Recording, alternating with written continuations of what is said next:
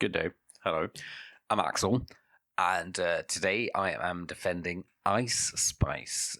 Not that she needs me to, of course, but because this is coming up in the context of my list of the best songs of the year 2023, which we're kind of nearing the middle mark here at position number 60. Diving right in, this is going to take me a little bit longer, but I'm going to talk about Ice Spice here in her mood. If you're already fucking with this, you don't need me to explain to you what is good about it. So I'm mainly addressing this to people that don't otherwise gravitate towards this kind of music. And I'll address some of the common reservations, to put it nicely, that people have about Ice Spice and debunk them. Now, I really enjoy Ice Spice's music. Her 2023 EP was one of my favorites from that year, and I picked In Her Mood as the highlight, although I really enjoyed Princess Diana as well. But looking at the criticisms here that Ice Spice gets a lot of the time, and again, criticism is probably putting it a bit euphemistically a lot of the time, what I've heard online, what I've seen online, amounts to a couple of things.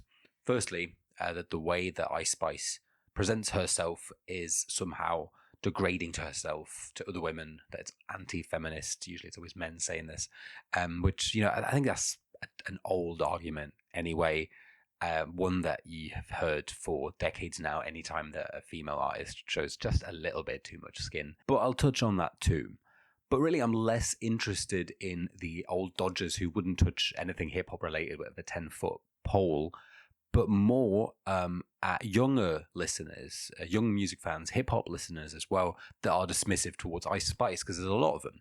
And you will hear her being called everything from like vapid to untalented to, the worst that contemporary hip-hop has to offer. And you will also hear her being called an industry plant, which, that's one accusation that may at first seem somewhat substantiated, since I understand that her dad was indeed already a rapper. But, he's not someone that you're likely to have ever heard of. He doesn't have his own Wikipedia article, which is my metric of gauging how famous someone is. And if you dig just a little bit into Ice Spice's biography, you will find that she spent a lot of her formative years before blowing up as a musician working at places like Wendy's and The Gap, which doesn't really sound like industry plant behavior to me. In fact, it makes it sound like she's probably had a more down-to-earth experience and a lack of privilege in making it a music than like 90% of the contemporary British indie music sphere. Anyway, firstly, to talk about the music, it's important to know that Ice Spice has her very own distinctive sound. She didn't originate that sound, but she has a sound that is still very distinctive to her music. And it's something that I think should be readily apparent if you actually go out of your way to listen to her music and then compare it to other stuff that is charting on the Billboard Hot Rap charts at any given point in the last 5 years or so. You don't have to like her sound, but you should recognize that that sound situates her quite distinctly in several different musical traditions within contemporary hip-hop. Most of them are somewhat under the drill banner, with, that typical footwork influenced, very busy percussion that quite readily distinguishes Ice Spice's music from most of the kind of more straightforward trap that is still popular on a lot of hip-hop radio nowadays. But then there's also distinct influences of Jersey Club and Miami bass animating a lot of her songs, with a noticeable sexy drill presence as well in some of the slower songs of hers. And, if none of these subgenres of contemporary hip-hop mean anything to you, again, that's fine. But you should be aware that by being unfamiliar with those genres, you have an ignorance towards an entire musical tradition with, dozens, maybe even hundreds of innovating artists within each of these subgenres that you just happen to be unaware of. And because you cannot situate Ice Spice's music within that lineage, within those subgenres, you're missing out on what is really just a key factor of what makes her songs enjoyable and simply good. Secondly, it is important to recognize and to state quite plainly that Ice Spice, being a woman rapper, has quite severely influenced and clouded the public perception of her. And obviously this exposes the double standards that still today exist in how rappers are culturally perceived, whether they're men or women. Now, in most mainstream hip-hop communities, music communities overall, there are, of course, nowadays plenty of female rappers getting their dues, being popularly acclaimed, revered even at times, which is, the argument that will be used by a lot of men negating that sort of, misogyny or kind of patriarchal forces exist within the music sphere. But if you look at it closely, you're going to notice that basically almost all the female rappers that are popularly acclaimed, considered to be, generally speaking, good at what they do, fall in one of two, maybe three categories. The first one being that of conscious hip hop, where it's arguably easier for a female rapper to kind of find footing in. So you've got kind of, whether it's classics like Lauryn Hill, or more recently rappers like Little Sims, Tierra Whack, No Name, Jean Grey, getting a lot of acclaim.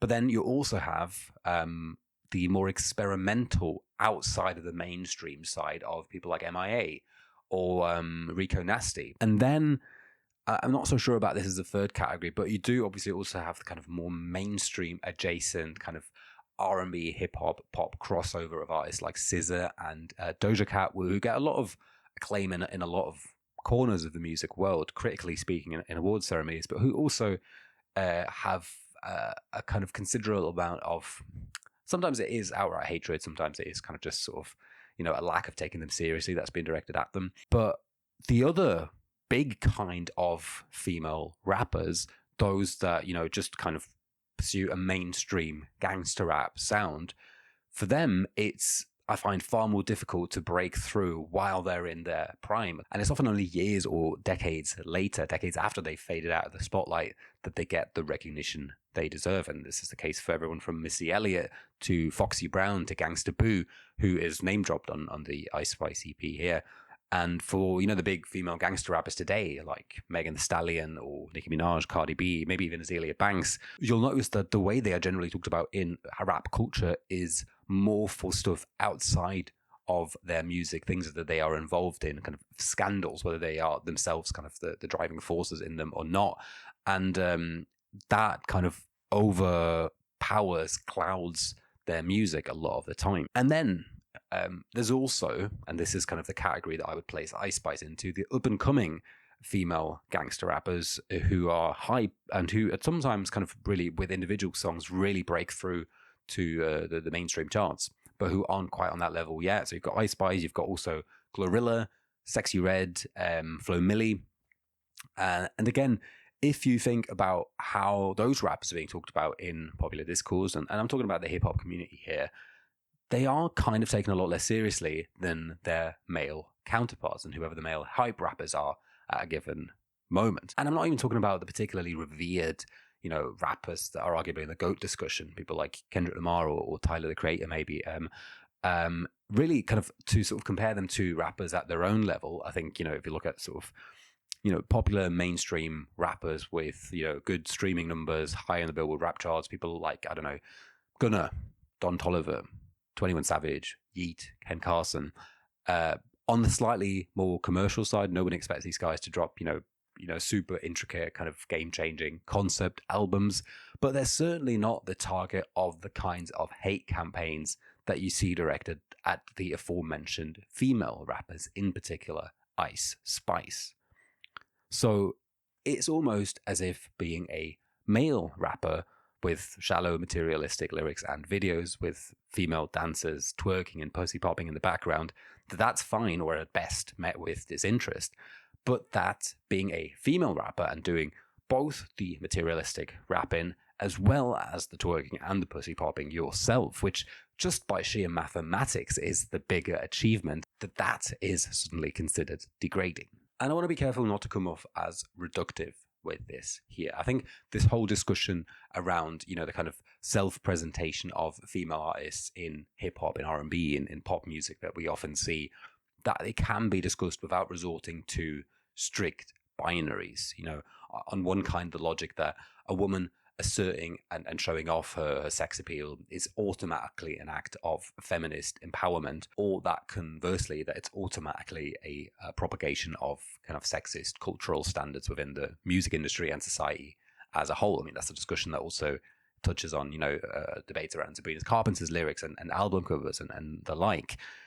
For me, where the first argument about it being empowerment is maybe not quite critical enough, because I think it does fail to acknowledge that there is indeed a harmful effect to the hypersexualization that we're seeing both on the performers themselves, but also on girls and boys who in their teens are being exposed to this through social media, through the internet, and what can happen when this is normalized and to an extent begins to be expected from young girls in environments like clubs. I think that can certainly have negative repercussions there. And on that front, the kind of pure empowerment logic is not critical enough. On the other hand, the logic that, it's just anti-feminist, obviously that's not being critical at all. That forgets to grant any agency to women whatsoever, and it's basically bullshit, because what all the kind of most holier than thou conservative critics of people like Ice Spice or Cardi B are always forgetting is the amount of fun that those rappers and their backup dancers and their whole crews are usually having when they're performing, when they're shooting videos. It's a very collective, fun experience. At least it should be in the right circumstances. I mean, there's humor in the lyrics. There's a lot of playfulness in the musical approach that should be self-evident if you kind of look at music videos, at performances, at the song lyrics themselves without bigotry. So with all that in mind, I think you can criticize Ice Spice without automatically being misogynistic. I think there are valid points of criticism that you can make against her music. Certainly one of them being that it's a bit too repetitive, that especially her flow lacks a certain variety. We've kind of seen that in the year since she really broke out in 2023, that a lot of her music has been kind of retreading the same ground. I think that's fair. But then if you look at the proportionality of the hate that Ice Spice has received online compared to comparable aforementioned male rappers, it's really obvious to identify the double standard. And lastly, as it relates to the argument that, Ice Spice's lyrics can't be taken seriously because they're shallow or, humoristic or gross, you've infamously got her song "Think You're the Shit" far, which isn't a masterpiece, but it's fun to listen to. I think you've got her sampling the SpongeBob theme music on Bikini Bottom. Here too, do I have news for you, like it or not. And I'm personally not a huge fan of scatological humor myself, but stuff like that is very rooted in the hip hop tradition. I mean, sort of poo and fart jokes have been around for decades at this point, at least since Outkast did Roses all the way back in 2003. It's just been a game of one-upmanship of kind of who can find the more outrageous, more ridiculous bar about any of those things. And Ice Spice is just kind of one of many to have had her fun in this. And, I think the Outkast Roses comparison is entirely fair. In both cases, there's pop rap songs. They're not that deep. They're meant to be fun. There's great production. They're catchy. The artists behind them are having a fun time. And so should you. So we're going to speed run through the remainders a little bit more, step on the gas a bit. Number 59, Sufjan Stevens, So You Are Tired. Some might think this is a slightly low placement for this song, for this artist. I'm obviously limiting myself to one song per artist on this list. And the reason for that is that as much as I love Sufjan Stevens and almost all of his discography, his 2023 album Javelin, just didn't touch me as much as it seems to have a lot of people. And even, what a lot of people's favorite song off that album was Will Anybody Ever Love Me? As controversial as this is going to sound, I thought that song was kind of a bit cloyingly morose. I thought the whole album kind of going over stuff that Sufjan had in the past done a bit better, but at his best, which is that song, So You Are Tired. Stevens is still one of the absolutely most talented songwriters that we have in the present day. I mean, the way that he filters the tragic passing of his partner through what, when you first hear it, strikes you as a simple breakup song, is the kind of poetic, lyrical genius that we have become used to from this master songwriter. I mean, it's completely of a piece with the man who once wrote one of his most emotionally vulnerable songs through the eyes of none other than the Silence of the Lambs character, Buffalo Bill. Next up, I've got some really good classic old school hardcore hip hop with Joey Valence and Brae, Startafight. I mean, I think there's a very big target demographic for these guys and their music. Basically, men in their 20s, 30s, 40s who grew up with Jackass and the Beastie Boys and nu metal and petty vandalism and playing bass or any of those things. And I would encourage you to seek out Joey Valence and Brae if you're unfamiliar with them, if you see yourself in any of those things, or even Rage Against the Machine. You know, there's also something kind of British in this as well that I personally really enjoy. It reminds me a lot of kind of 90s ravey stuff and the way that it's been picked up by, like, you know, Slow Tie on his first two albums. Yeah, really, really good.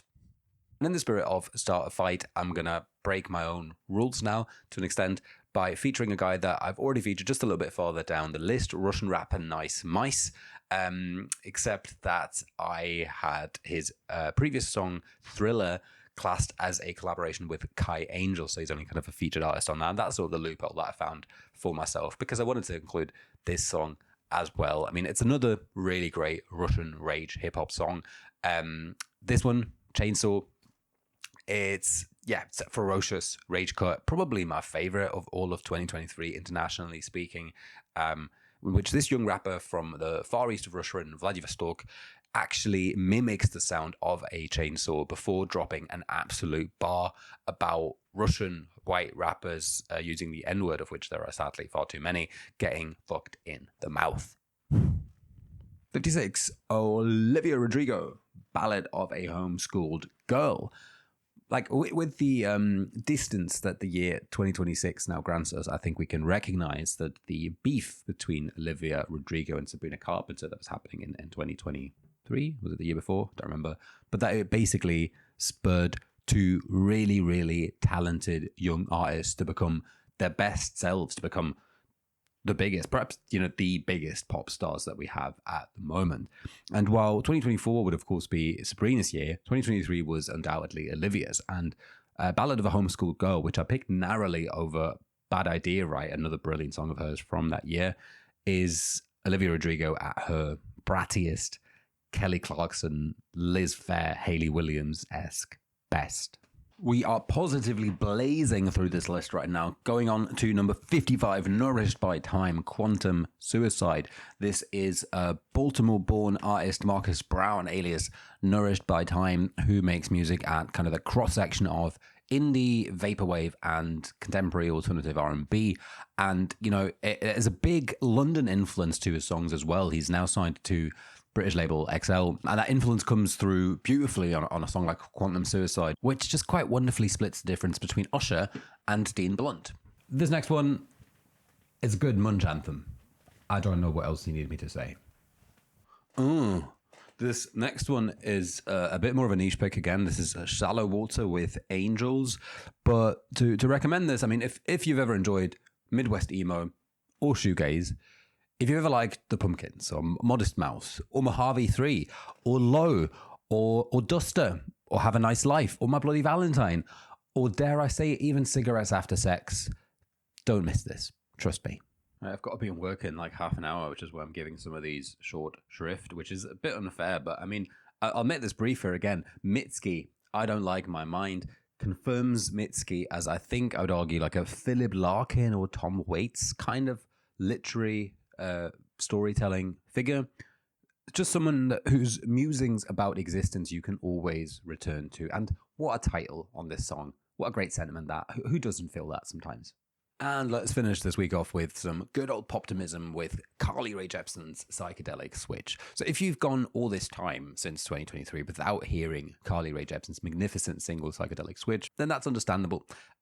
Because the general revival of the public interest in pop music that has been embodied by the crossover success of, you know, Sabrina Carpenter, Charlie XCX, and Chapel Roan over the last couple of years has sadly not extended to the hard-working, every straight boy's favorite of pop music, Carly Rae Jepsen, who, you know, has had an amazingly consistent body of work ever since she broke through with Call Me Maybe, which is the only thing that the general public remembers about her. So if you've, for that reason, not had the pleasure of listening to Jepsen's French house banger Psychedelic Switch from her 2023 album, The Loveliest Time, then that's understandable, and you should amend that.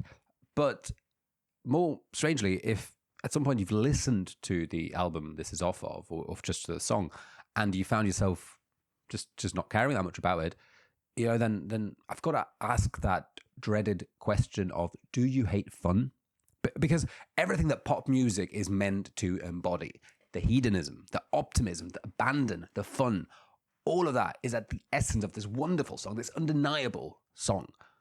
And to everyone who's never bothered to hate Carly Rae Jepsen, but who just kind of is a bit perplexed at why us weird indie boys love her so much, this is why. This is what we're obsessed about. It's right here, and you can listen to it. You can feel it too. Sounding like a cult leader here, but like, trust me on this. Put your headphones on. Sit down in your living room or wherever. Just take 4.5 minutes of nothing. Put your phone away. Put the song on. Close your eyes and see what happens. Because if you have functioning legs, and if by the end of those 4.5 minutes you are still sat down and not grooving, dancing on your living room floor, then I just don't know what to tell you. And I'm sorry you're missing out, because this is just fantastic. I just love it. Just psychedelic switch. Anyway, this was it for today. This was the next batch of 10 songs. Here concludes the first half of my top 100 singles of 2023. So we're only going to get better from here. Would love it if you kept tuning in. I'm going to be back here next week, scaring the hoes.